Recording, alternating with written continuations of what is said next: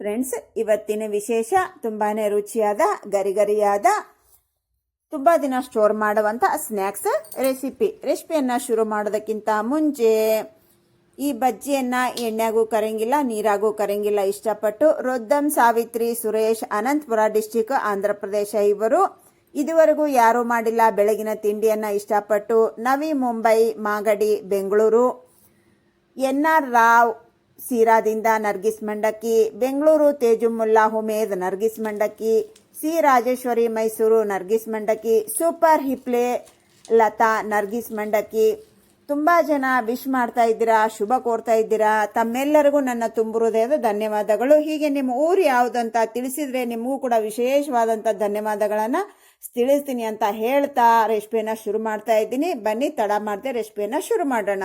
ಮೊದಲಿಗೆ ನೋಡ್ರಿ, ಕಾಲು ಸೂಡಿನಷ್ಟು ಕೊತ್ತಂಬರಿ ಸೊಪ್ಪನ್ನ ಸ್ವಲ್ಪ ಎಳೆದನ್ನ ಕಡ್ಡಿ ತಗೊಂಡು ಕಟ್ ಮಾಡಿಕೊಂಡು ಅದನ್ನ ಪಾತ್ರೆಗೆ ಹಾಕೊಂಡೆ. ಹಾಗೆ ಕರಿಬೇವು ಕೂಡ ಒಂದು ಸೂಡಿನಷ್ಟು, ಈ ಪಾಲಕ್ ಸೊಪ್ಪನ್ನ ಸ್ವಲ್ಪ ಬಿಚ್ಚಿ ಚೆಕ್ ಮಾಡಿಕೊಂಡು ಇದನ್ನು ಕೂಡ ಹಿಂದಿನ ಭಾಗನ ಕಟ್ ಮಾಡಿಕೊಂಡು ಅದೇ ಪಾತ್ರೆಗೆ ಹಾಕೋತೀನಿ. ಆದಷ್ಟು ನೀವು ಪಾಲಕನ್ನ ಎಳೆದನ್ನ ತಗೊಳ್ರಿ, ಫ್ರೆಶ್ ಆರಿಗೋದನ್ನ ತಗೊಳ್ರಿ. ಇದನ್ನ ಇವಾಗ 2 ರಿಂದ 3 ಸಾರಿ ನೀಟಾಗಿ ನೀರು ಹಾಕಿ ನಾವು ಇದನ್ನ ತೊಳ್ಕೊಂಡು ಬರೋಣ. ಬನ್ನಿ ಬಂಧುಗಳೇ, ಗೋವಿಂದ ಸವಿರುಚಿ GVR ಆಲ್ರೌಂಡ್ ಚಾನಲ್ಗೆ ನಿಮಗೆಲ್ಲ ಸ್ವಾಗತ. ಸಬ್ಸ್ಕ್ರೈಬ್ ಮಾಡ್ಕೊಳ್ರಿ ನನ್ನ ಚಾನಲ್. ಹೊಸ ವಿಡಿಯೋಗಳಿಗಾಗಿ ಬೆಲ್ ಐಕನ್ನ ಪ್ರೆಸ್ ಮಾಡಿ. ಇವಾಗ ಮತ್ತೆ ನಾವು ಕಟ್ ಮಾಡಬೇಕಂದ್ರೆ ಚಾಕುವನ್ನ ನೀಟಾಗಿ ಒರೆಸ್ಕೊಳ್ರಿ. ನಾವು ಓಪನ್ ಮಾಡ್ಕೊಂಡಿರುವಂತಹ ಪ್ಲೇಸ್ ಅನ್ನು ಕೂಡ ನೀಟಾಗಿ ಕ್ಲೀನ್ ಮಾಡ್ಕೊಳ್ರಿ. ತುಂಬಾ ಈಸಿಯಾಗಿ ಮಾಡುವಂತ ಈ ರೆಸಿಪಿ ಒಂದ್ಸಾರಿ ಟ್ರೈ ಮಾಡ್ರಿ. ಒಂದ್ಸಲ ಮಾಡಿಟ್ಕೊಂಡ್ರೆ ಸುಮಾರು ದಿನಗಳವರೆಗೆ ನಾವು ಎಂಜಾಯ್ ಮಾಡಬಹುದು. ಈಗ ನೋಡ್ರಿ, ನಾನು 2 ಸಾರಿ ನೀಟಾಗಿ ತೊಳ್ಕೊಂಡು ಆ ಕರಿಬೇವಿನ ಎಲೆಯನ್ನ ಬಿಡಿಸ್ಕೊಂಡು ಚಿಕ್ಕ ಚಿಕ್ಕದಾಗಿ ಇದನ್ನೆಲ್ಲಾನು ಕಟ್ ಮಾಡ್ಕೊಂಡು ಬರೋಣ.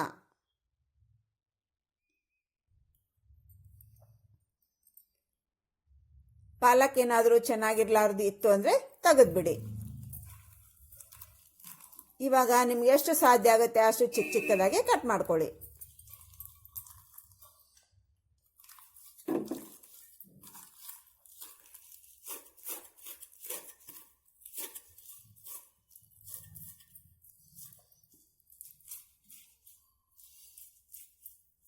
ಈಗ ನೋಡ್ರಿ, ನಾ ಎಲ್ಲಾನು ಕಟ್ ಮಾಡ್ಕೊಂಡಾಯ್ತು. ಇದು ನಿಮಗೆ ಒಂದು ಪಾತ್ರೆಗೆ ಹಾಕೋತಾ ಇದ್ದೀನಿ. ನೀವು ಯಾವ ಪಾತ್ರೆಯಲ್ಲಿ ರೆಡಿ ಮಾಡ್ಕೋತೀರಿ ಡೈರೆಕ್ಟ್ ಆಗಿ ಅದೇ ಪಾತ್ರೆಗೆ ಹಾಕೊಂಡು ಪಕ್ಕಕ್ಕೆ ಇಟ್ಕೊಳ್ರಿ. ಗ್ಯಾಸ್ ಹಚ್ಚಿ ಈ ಕಡೆಗೆ ದಪ್ಪ ತಳದ ಪಾತ್ರೆಯನ್ನ ಇಟ್ಕೊಂಡೆ. ಅದರಲ್ಲಿ ಒಂದು 2 ಚಮಚದಷ್ಟು ಎಣ್ಣೆಯನ್ನ ಹಾಕೊಂಡೆ. ಎಣ್ಣೆ ಸ್ವಲ್ಪ ಹೆಚ್ಚು ಕಮ್ಮಿ ಹಾಕೊಳ್ರಿ, ಏನು ತೊಂದರೆ ಏನಾಗಂಗಿಲ್ಲ. ಅದ್ರಲ್ಲಿ ನೋಡ್ರಿ 1 ಕಪ್ಪಿಗಿಂತ ಸ್ವಲ್ಪ ಕಮ್ಮಿ ಹೆಸರುಬೇಳೆಯನ್ನು ಹಾಕೊಂಡು ಲೋ ಟು ಮೀಡಿಯಂ ಫ್ಲೇಮಲ್ಲೇ ಸ್ವಲ್ಪ ಲೈಟಾಗಿ ಹುರ್ಕೊಳ್ಳೋಣ. ಸ್ವಲ್ಪ ಅದು ಪಟಾಪಟ ಅನ್ಲಿ, ಕಲರ್ ಏನು ಚೇಂಜ್ ಆಗೋದು ಬೇಡ. ಅದರಲ್ಲಿ 1 ಚಮಚದಷ್ಟು ಜೀರಿಗೆ, ಒಂದು 4 ರಿಂದ 5 ಖಾರದ ಮೆಣಸಿನ್ಕಾಯಿ, ಒಂದು 4 ಬ್ಯಾಡಿಗೆ ಮೆಣಸಿನ್ಕಾಯಿನ ಹಾಕೊಂಡು ನೀಟಾಗಿ ಇದೆಲ್ಲ ಗರಿ ಗರಿ ಆಗಬೇಕು ಅಲ್ಲಿವರೆಗೆ ನಾವು ಹುರ್ಕೊಳ್ಳೋಣ. ಇದನ್ನ ಫ್ಲೇಮನ್ನು ಲೋನಲ್ಲೇ, ಗ್ಯಾಸನ್ನು ಆಫ್ ಮಾಡ್ಕೊಂಡ್ಬಿಡಿ. ಅದೇ ಜಳಕ್ಕೆ ಏನಾಗುತ್ತೆ, ಚೆನ್ನಾಗಿ ಅದು ಫ್ರೈ ಆಗುತ್ತೆ. ನಮಗೆ ಸೀದಬಾರ್ದು, ಕಲರ್ ಚೇಂಜ್ ಆಗಬಾರ್ದು, ಫ್ರೈ ಆಗಬೇಕು. ಇಷ್ಟಾದರೆ ಸಾಕು. ನೋಡ್ರಿ, ಅದೇ ಝಳಕ್ಕೆ ನೋಡ್ರಿ ನಮಗೆ ಹೊಂಬಣ್ಣ ಬಂತು. ದಪ್ಪ ತಳದ ಪಾತ್ರೆ ಇರುತ್ತೆ, ಮತ್ತು ಹೆಸರುಬೇಳೆ ಆಗ್ಲಿಕ್ಕೂ ಕೂಡ ತುಂಬ ಜಾಸ್ತಿ ಟೈಮನ್ನು ತಗೊಳ್ಳಲ್ಲ. ಇದು ಇವಾಗ ಕಂಪ್ಲೀಟಾಗಿ ತಣ್ಣಗಾಗಬೇಕು. ತಣ್ಣಗಾದ ನಂತರ ನಾವು ಮಿಕ್ಸಿ ಜಾರ್ನಲ್ಲಿ ಹಾಕ್ಕೊಂಡು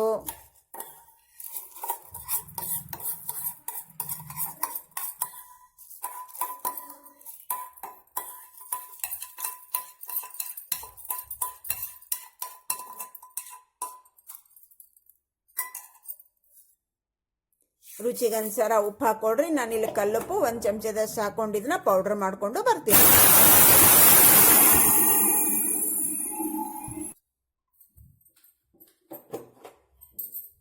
ಇವಾಗ ಇದನ್ನ ನೋಡ್ರಿ ಪೌಡರ್ ಮಾಡ್ಕೊಂಡು ಬಂದೆ.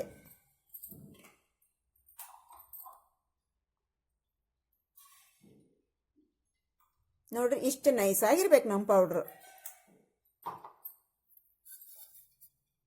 ಅದನ್ನ ಇವಾಗ ನಾವು ಸೊಪ್ಪು ಹಾಕೊಂಡಿದ್ವಲ್ವಾ ಪಾತ್ರೆಯಲ್ಲಿ, ಅದರಲ್ಲೇ ಡೈರೆಕ್ಟಾಗಿ ಹಾಕೊಂಡ್ಬಿಡೋಣ. ನೀರು ಹಾಕದೇನೆ ಪೌಡರ್ ಮಾಡ್ಕೊಳ್ಳಿ.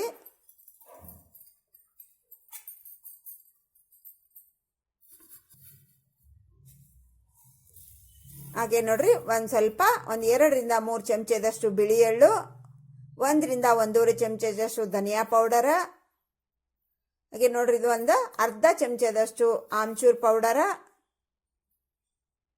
1 ಚಮಚದಷ್ಟು ಕಿಚನ್ ಕಿಂಗ್ ಹಾಕೊಂಡು ನೀಟಾಗಿ ಇದನ್ನ ಮಿಕ್ಸ್ ಮಾಡ್ಕೊಳ್ರಿ.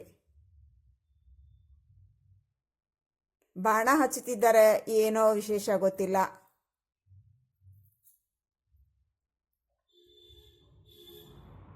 ಈಗ ಮಿಕ್ಸಿ ಜಾರ್ನಲ್ಲಿ ಸ್ವಲ್ಪ ಹತ್ತಿರುತ್ತಲ್ವ, ಅದರಲ್ಲೇ ನೀರು ಹಾಕೋತಾ ಇದ್ದೀನಿ. ಅದು ನೋಡ್ರಿ ಚಿಕ್ಕ ಕಪ್ಪಿನಿಂದ 1 ಕಪ್ಪಿನಷ್ಟು ಹಾಕೊಂಡು ನೀಟಾಗಿ ಇದನ್ನ ಮಿಕ್ಸ್ ಮಾಡ್ಕೊಳ್ಳೋಣ. ಬಾಣ ಬಿಡೋ ಸೌಂಡ್ ಮಾತ್ರ ಕೇಳ್ತಾ ಇದೆ, ಆದ್ರೆ ಏನು ವಿಶೇಷ ಅನ್ನೋದು ಮಾತ್ರ ಗೊತ್ತಿಲ್ಲ ನನಗೆ. ಈಗೆಲ್ಲ ನೀಟಾಗಿ ಮಿಕ್ಸ್ ಮಾಡ್ಕೊಂಡಾಯ್ತು. ಇದನ್ನ ಒಂದು 5 ನಿಮಿಷ ಮುಚ್ಚಿಡೋಣ. 5 ನಿಮಿಷದ ನಂತರ ನೋಡ್ರಿ ನಮ್ಮ ಅದು ಹೆಸರು ಬೇಳೆ ಏನಿರುತ್ತಲ್ವ ಸಾಫ್ಟ್ ಆಗಿರುತ್ತೆ.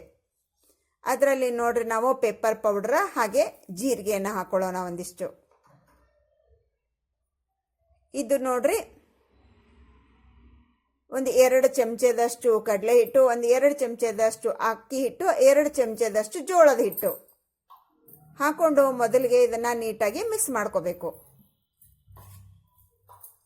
ಇವಾಗ ನಾ ಮಿಕ್ಸ್ ಮಾಡ್ತಾ ಇದ್ದೀನಲ್ಲ, ಅದೇ ಚಮಚದಿಂದ ನಾನು ಎಲ್ಲಾನು 2 ಚಮಚ ಹಾಕೊಂಡಿದ್ದೀನಿ.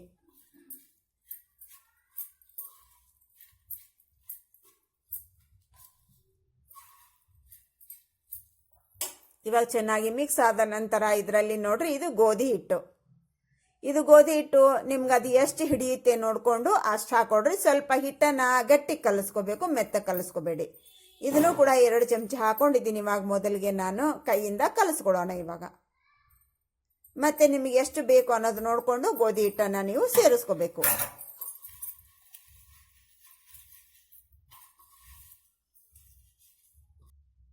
ಆದಷ್ಟು ಗಟ್ಟಿಗೆ ಕಲಿಸ್ಕೊಡ್ರಿ. ನೋಡ್ರಿ ಇಷ್ಟಿರ್ಲಿ, ಪೂರ್ತಿ ಮೆತ್ತಗ ಬೇಡ, ಪೂರ್ತಿ ಇದು ಬೇಡ, ಇಷ್ಟಿದ್ರೆ ಸಾಕು ನಮಗೆ. ಈಗ ಅದರ ಸ್ವಲ್ಪ ಎಣ್ಣೆಯನ್ನು ಹಾಕೊಂಡು ನೀಟಾಗಿ ಮಿತ್ಕೊಡ್ರಿ.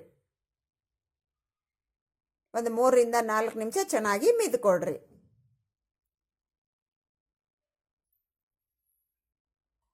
ಇವಾಗ ನಾವು ಹಿಟ್ಟನ್ನು ರೆಸ್ಟಿಗಿಡೋ ಅವಶ್ಯಕತೆ ಇಲ್ಲ. ಚೆನ್ನಾಗಿ ಮಿದ್ಕೊಂಡು ಉದ್ದಕ್ಕೆ ಮಾಡಿಕೊಂಡು ಇದನ್ನ ನೋಡ್ರಿ ಸ್ವಲ್ಪ ನಾನಿಲ್ಲಿ ಚಪಾತಿ ಉಳಿಯಾಗೆ ನಾನಿಲ್ಲಿ ಕಟ್ ಮಾಡ್ಕೋತಾ ಇದ್ದೀನಿ. ನಿಮಗೆ ಯಾವ ಸೈಜಿನಲ್ಲಿ ಬೇಕು ಆ ಸೈಜಿನಲ್ಲಿ ಕಟ್ ಮಾಡ್ಕೊಡ್ರಿ. ನೋಡ್ರಿ ನಾನು ಇಷ್ಟು ಮಾಡ್ಕೊತಿದ್ದೀನಿ. ಎಲ್ಲಾನು ಇದೇ ರೀತಿಯಾಗಿ ರೆಡಿ ಮಾಡಿಕೊಂಡು ಬರೋಣ. 1 ಉಳ್ಳಿಯನ್ನು ತಗೊಂಡು ಒಣ ಹಿಟ್ಟು ಗೋಧಿ ಹಿಟ್ಟನ್ನು ಹಾಕೊಂಡು ಸ್ವಲ್ಪ ಪೂರಿ ಅಷ್ಟಾಗಲ ತಿಕ್ಕೊಳ್ಳೋಣ. ಸ್ವಲ್ಪ ದಪ್ಪಗೆನೇ ಇರಲಿ, ಜಾಸ್ತಿ ತೆಳ್ಳಗೆ ಬೇಡ.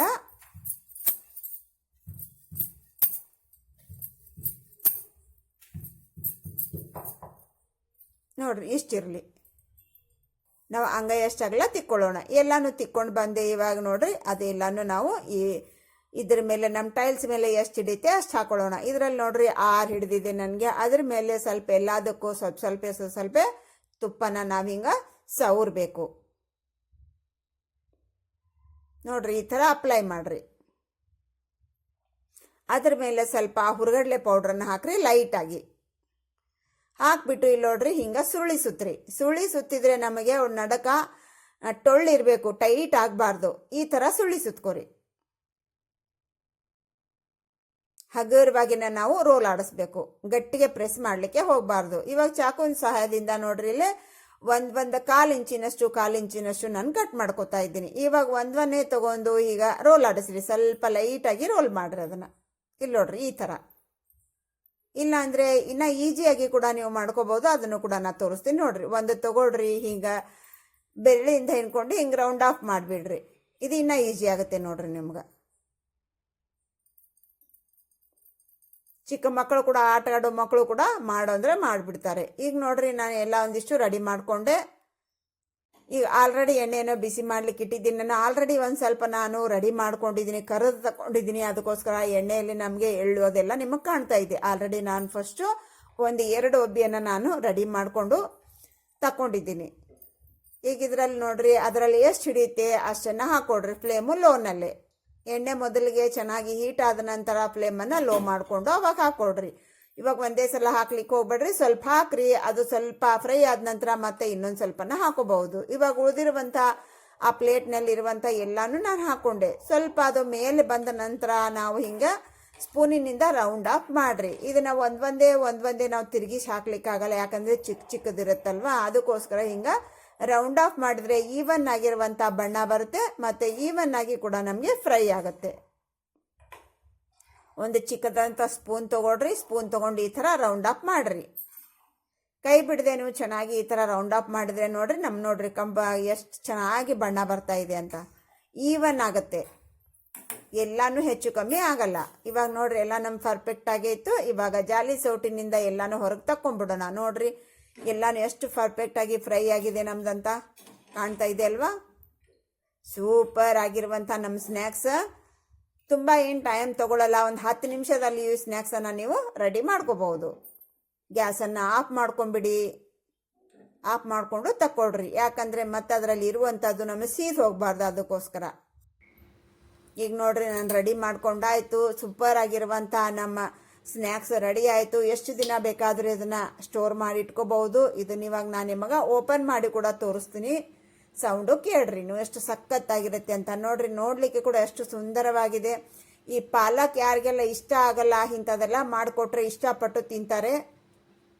ಆರೋಗ್ಯ ಕೂಡ ಒಳ್ಳೆಯದು, ನಾಲಿಗೆ ರುಚಿ ಕೂಡ ಇರುತ್ತೆ. ಇಲ್ಲಿ ನೋಡ್ರಿ ಇವಾಗ ಓಪನ್ ಮಾಡಿ ತೋರಿಸ್ತೀನಿ. ನೋಡ್ರಿ ನಾನು ನಿಮಗೆ ನೋಡ್ರಿ ಪುಡಿ ಪುಡಿ ಪುಡಿ ಪುಡಿ ಪೀಸ್ ನೋಡ್ರಿ ಎಷ್ಟು ಪೀಸ್ ಆಗ್ತಿದೆ ಅಂತ. ಸಖತ್ತಾಗಿರುತ್ತೆ ರೀ. ಒಂದೇ ಒಂದು ಸಾರಿ ಟ್ರೈ ಮಾಡಿರಿ. ನಿಮ್ಗೆ ಹೇಗೆ ಬಂತು ಅನ್ನೋದನ್ನು ಕಮೆಂಟ್ ಸೆಕ್ಷನ್ನಲ್ಲಿ ತಿಳಿಸೋದನ್ನು ಮರಿಬೇಡಿ. ಇವತ್ತಿನ ರೆಸಿಪಿ ಇಲ್ಲಿ ಮುಗಿಸೋಣ. ಇನ್ನೊಂದು ಇಂಟ್ರೆಸ್ಟಿಂಗ್ ರೆಸಿಪಿಯೊಂದಿಗೆ ನಿಮ್ಮ ಮುಂದೆ ಹಾಜರಾಗ್ತೀನಿ. ಯಾರೆಲ್ಲ ಸಬ್ಸ್ಕ್ರೈಬ್ ಮಾಡ್ಕೊಳ್ಳ ಸಬ್ಸ್ಕ್ರೈಬ್ ಮಾಡಿಕೊಡ್ರಿ. Thanks for watching. ಬಾಯ್.